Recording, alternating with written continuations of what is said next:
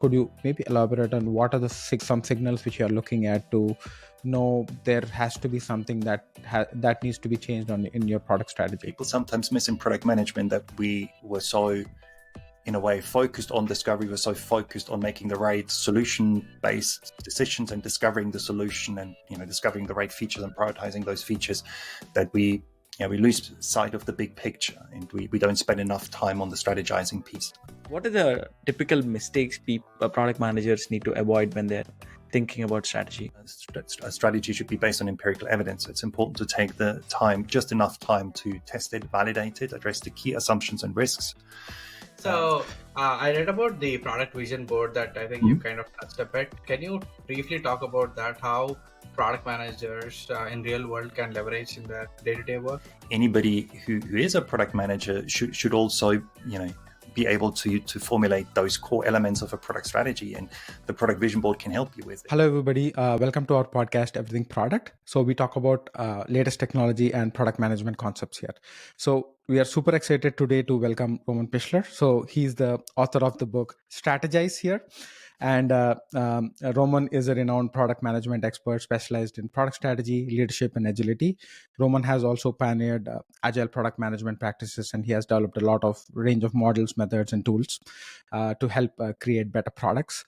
So I'll welcome Roman onto the podcast here. And Roman, why don't you give us a brief introduction about yourself and also your journey into product management? Yeah, sure. So it's lovely to be here. Thank you for having me. So how did I get into product management? To a certain degree by accident. I was part of a team called in to help an organization with a new product development effort. And while initially my job was more on the technology side, I ended up working with the product manager, and I really enjoyed the experience, and I learned a lot about product management during that process. And that's really, in a way, what got me started. That was in 2001, a little while back. And then I initially focused more on the agile space and agile product management, product ownership. And then at some point in time discovered, as helpful as it is to write effective user stories and prioritize a product backlog and test out ideas for features and feature enhancements with users. So what people would refer to as product discovery these days, as useful and as that is, and as important as it is, it's not quite enough. And so I started to take an increased interest in product strategy and then product leadership. And so I've been working on product strategy now for at least 10 years. I think I started running public strategy workshops about 10 years ago. So yes, in my book Strategize, which you kindly mentioned, the first edition came out in 2016. So yeah, it's been an important part of my work for quite some time. Yeah, sure. And we want to pick your brain on product strategy a lot more. So why don't we, get started right away? So, in one of your recent articles, right, you emphasize the importance of a validated product strategy and also, tying that to product discovery. Could you maybe elaborate that and talk more about what it is and, how important is it to link strategy and also product discovery together? Yeah, sure. I mean, that's an important question, really. And in order to answer it, it's maybe helpful if I say a few words about what a product strategy is, or at least, what I think a product strategy should be. So for me, a product strategy is a high-level plan that describes the approach that we've chosen to achieve product success and realize something like an overarching vision, an aspiration for our product, And so there are four elements that I like to capture in a product strategy. The first one is, who are the users and customers? Which market segments, target group should the product address? The second element is, why would people want to use or pay for the product? So what's the value proposition, or what are the needs that the product should address? And the third element are the business goals. What's the impact that the product should create for the company developing and providing it? So what are the desired business benefits? And the fourth one, which I find is particularly important for commercial revenue generating products, are the standout features that differentiate the product from its competitors and encourage people to choose it over competing alternatives. So those are four elements. And, I really, encourage generally all product managers to describe those elements for their products. I think it's super important to be able to describe them, to formulate those 4 elements: target group, needs, standout features, and business goals.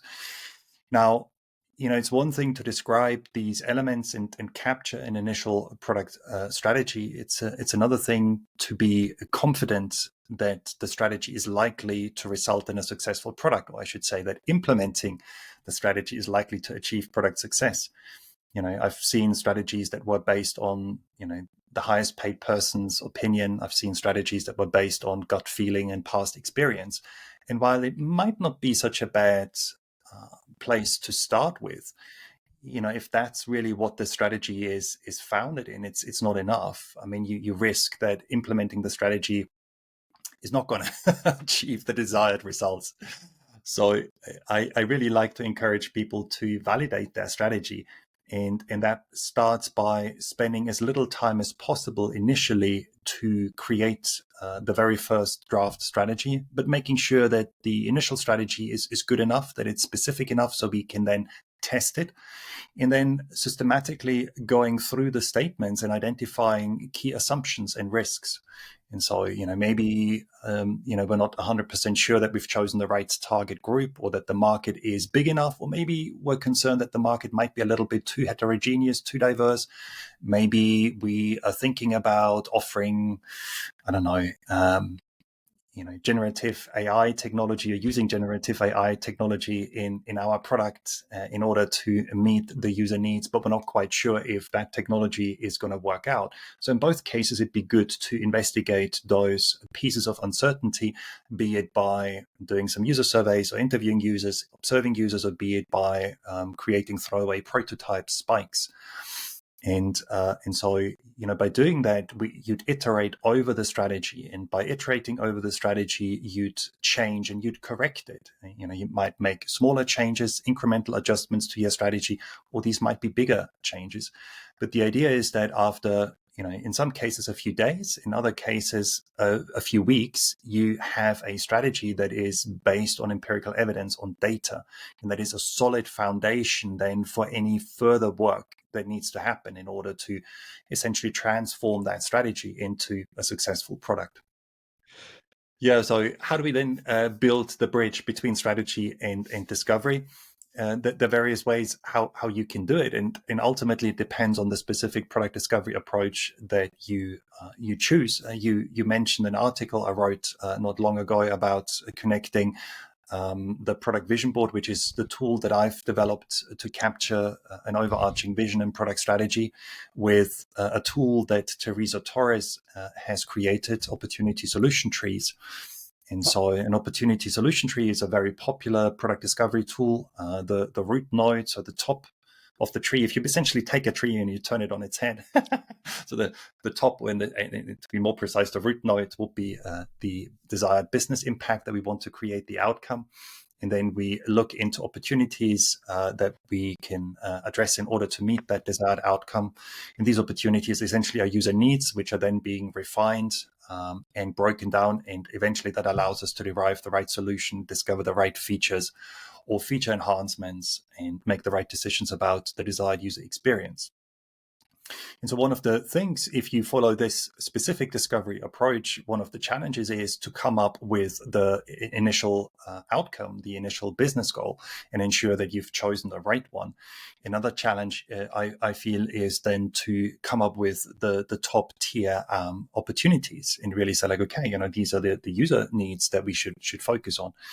And I believe that if you have done some strategizing up front and you have a validated product strategy in place, then the business goals in that strategy provide you with a great input for the outcome on your opportunity solution tree. And the needs in your strategy, they help you choose the right opportunities, the right user needs on your tree. So, I'd argue, in fact, that it's very difficult to build an effective opportunity solution tree, and you may have to do a lot of work and rework if you don't have a validated product strategy in place. So, and it's one of the things that I feel, we sometimes miss, or people sometimes miss in product management, that we were so in a way focused on discovery. We're so focused on making the right solution-based decisions and discovering the solution, and discovering the right features and prioritizing those features, that we lose sight of the big picture, and we don't spend enough time on the strategizing piece. Yeah, so I had a quick follow-up, right, when you were mentioning the product strategy piece. So, you do this product strategy, but you keep tweaking it as you find certain signals, right? Could you maybe elaborate on what are the some signals which you are looking at to know there has to be something that needs to be changed in your product strategy? Yeah, that's a great question.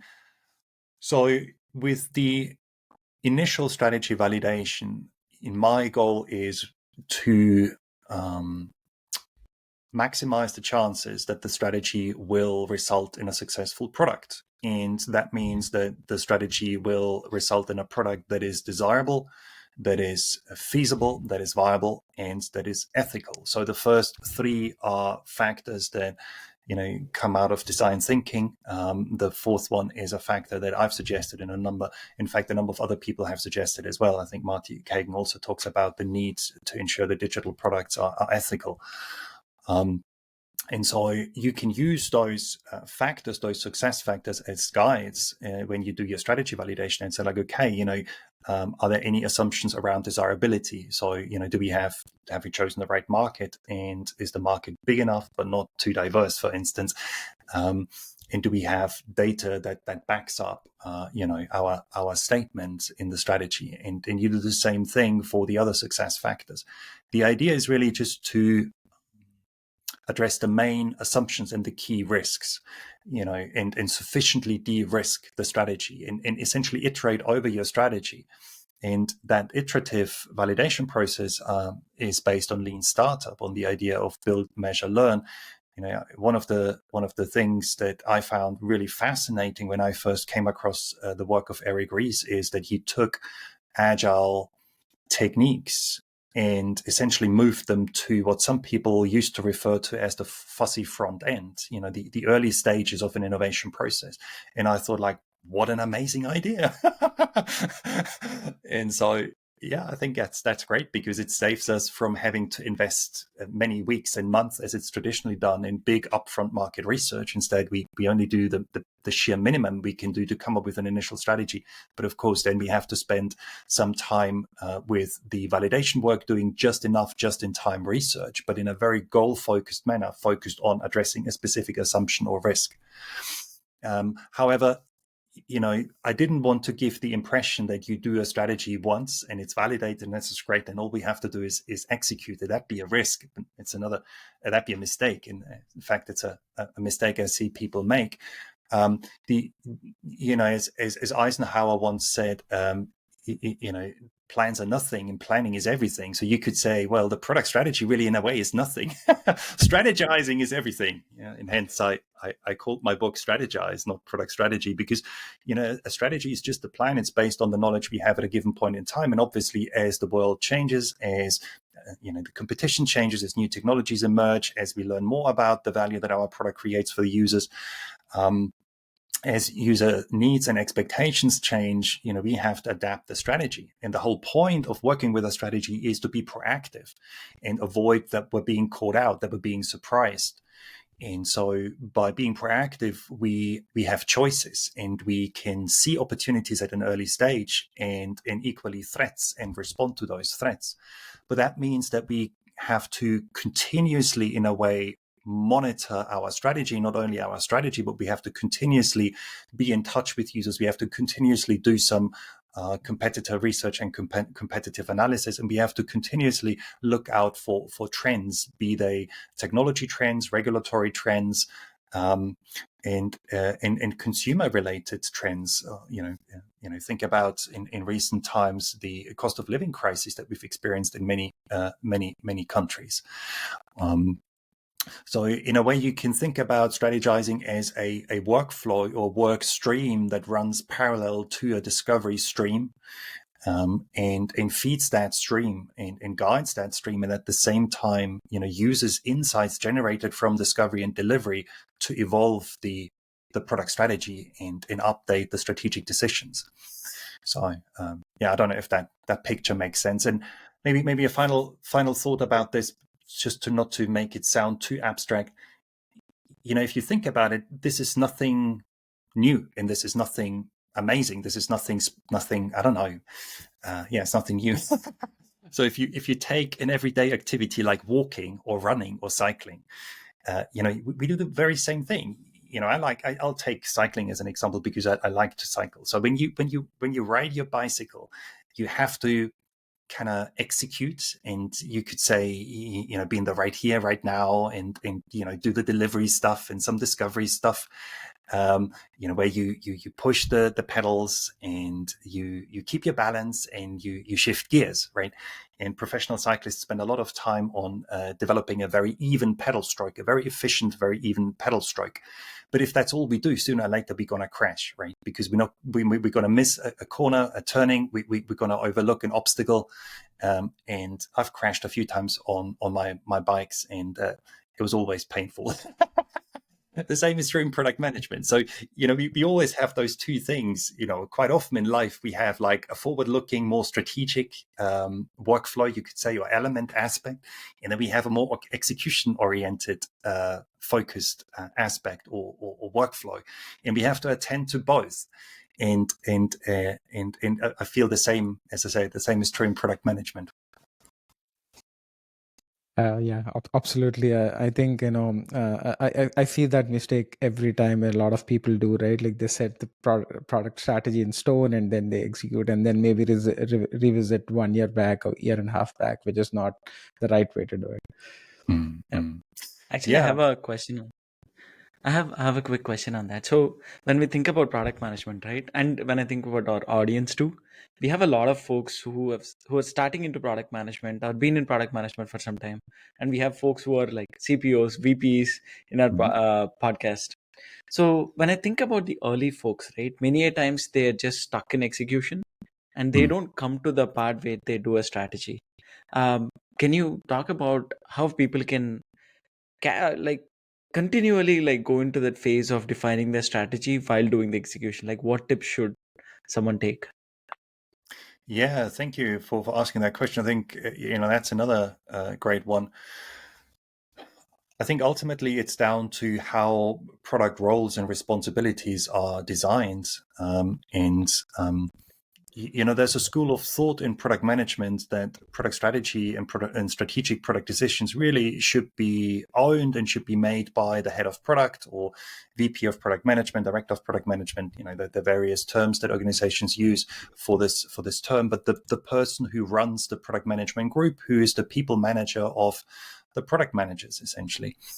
Now, personally, I would disagree. And, I feel that the head of product should really coach and mentor and empower, enable the product managers to take full ownership of their products and make the right strategic decisions for the assets.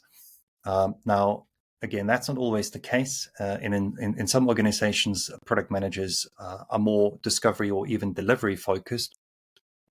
But I think what you can do as a product manager in that situation is to educate yourself about product strategy and product strategy related topics. And I'd include product road mapping, and I'd also include business modeling.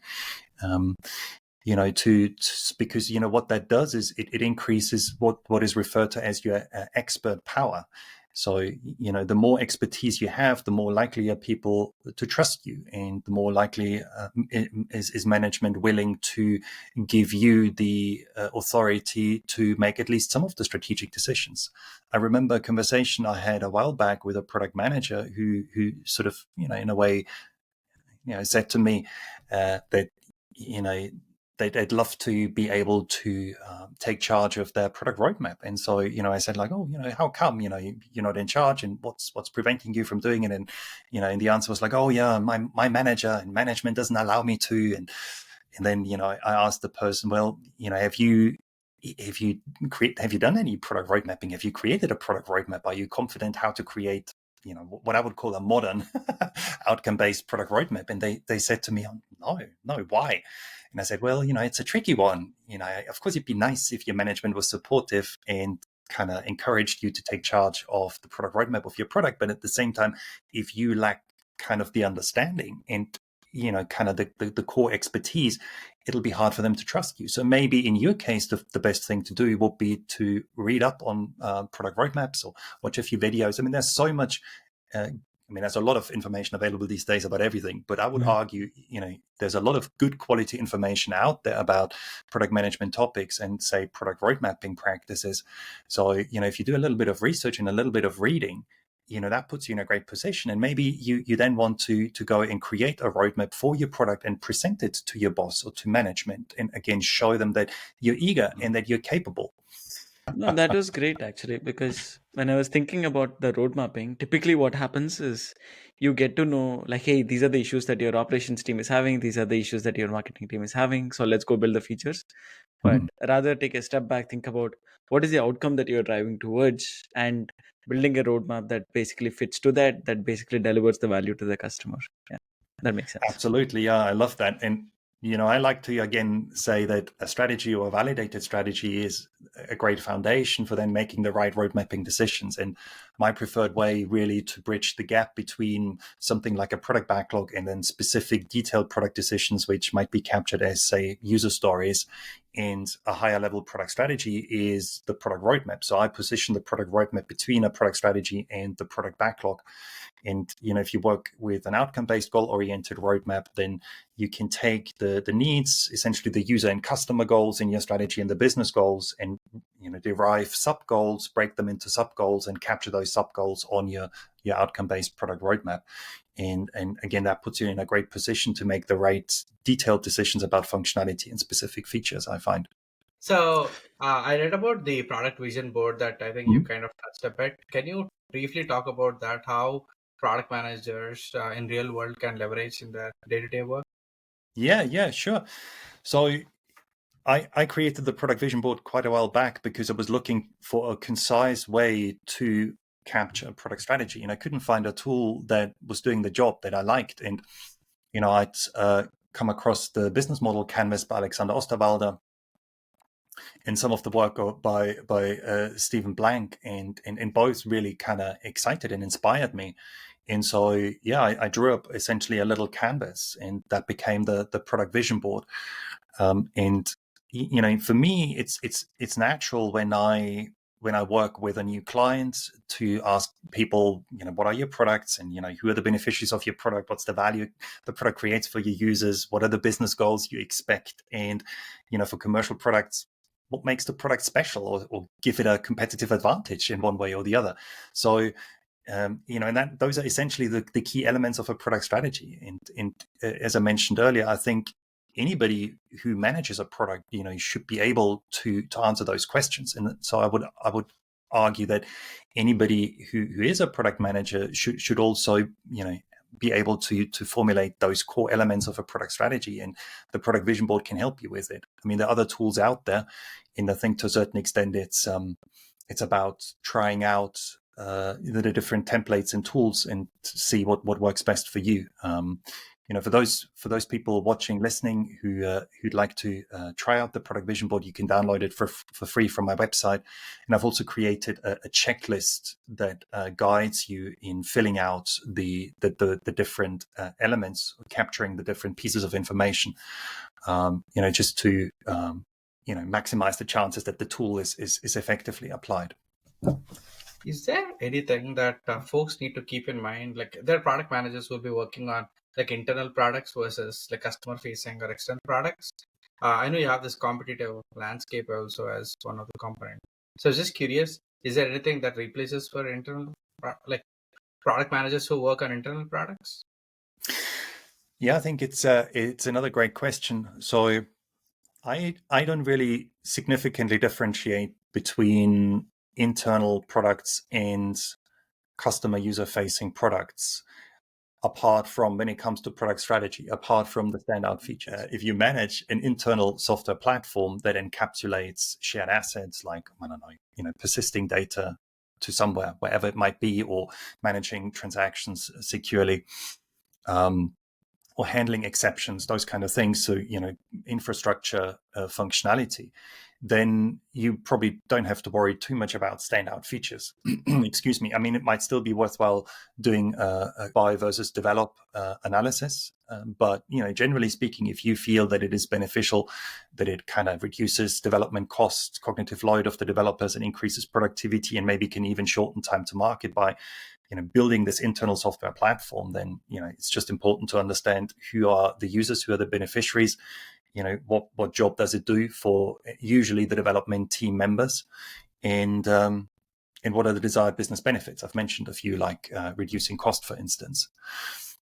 The interesting thing about internal products is that their strategies are typically affected by other products. And so you get strategy dependencies. And if I use a very simple example, then maybe that becomes clearer. Say, we're looking at a bank. And so, any bank, usually has some revenue generating, not usually has some revenue generating products. Any business has some revenue generating products. In the case of a bank, it might be an account, or it might be a loan. So let's take a loan. And in order then to provide that loan, access that loan, and manage that loan, the bank also provides something like a banking app, a mobile banking app, right? And so the mobile banking app is an end user facing app, but it's not revenue generating. It's a supporting app. And then, usually banks have other internal pieces of software, like, for instance, an internal software platform that then supports the end user facing supporting product. So we have these three different types of products. And so the strategy of the loan will influence the strategy of the mobile banking app, and the strategy of the mobile banking app will influence the strategy of the internal software platform. And so, the people who manage those products will have to talk to each other. So that's important to be aware of. But in terms of strategy and strategizing, I would still recommend that for internal software assets, or as long as they're products, you formulate the strategy and you continue to monitor and evolve that strategy on a essentially continuous basis. Makes sense. That's wonderful, Roman. Like, overall, what we are trying to say is, make sure like whatever you're building is like customer driven, like be it internal product, be it external product. At the end of the day, you need to make sure you're building something that's valuable for the customer, and there could be multiple levels that you need to look at. Absolutely right. So any product has to create value for a group of people and for the business. So, and if that's not the case, for an asset, for a piece of software, then it's most likely not a product. That's what I would say. Makes sense. I want to also ask about the mistakes, right? So many a times what people do is they get a template to say, hey, this is our product strategy should look like. They'll start writing details about it based on what they know. End up saying that, okay, that might not have data, etc. What are the typical mistakes product managers need to avoid when they're thinking about strategy?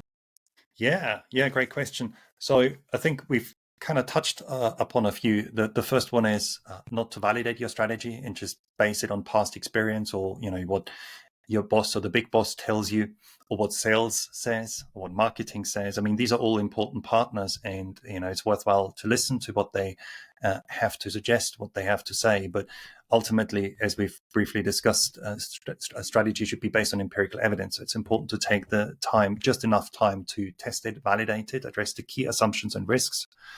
Another mistake I see people make, again, touched upon it already, is not to continuously evolve the strategy, but do the strategy once and then you're done for the next 12 or 24 months, and all you have to do is execute.